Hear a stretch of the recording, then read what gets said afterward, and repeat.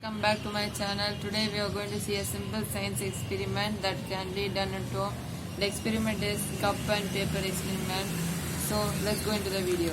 Here's the paper. So I'm going to put the paper into the cup and put it in the water. Then you see the reaction of the experiment. So I'm putting the paper into the cup.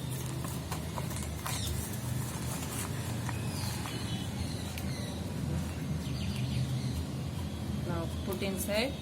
Now we are going to put into the water, so you can see the water doesn't touch the paper. See, the cup is fully into the water and there's no drop of water inside the cup. What's the reaction now? I'm taking out the cup. So now you can see water gets off. And now I'm taking out the paper. It's not wet. Right, you can see it's not wet. So, the inside portion of the cup is still not wet.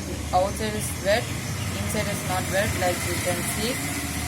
So this is the experiment. The water doesn't go because of the air pressure.